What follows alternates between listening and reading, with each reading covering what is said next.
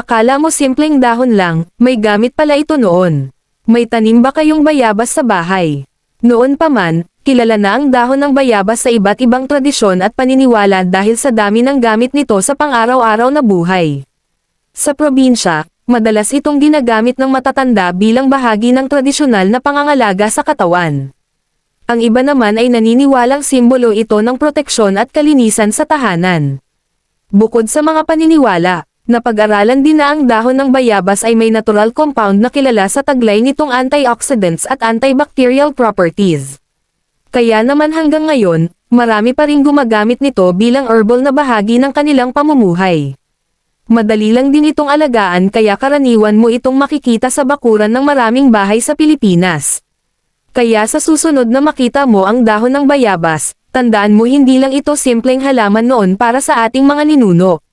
Disclaimer, ang video na ito ay para lamang sa entertainment, impormasyon, at cultural interest. Hindi ito medikal na payo o garantiya sa anumang kondisyon. Isa lamang itong pagbabahagi ng tradisyon, paniniwala, at pangkalahatang impormasyon.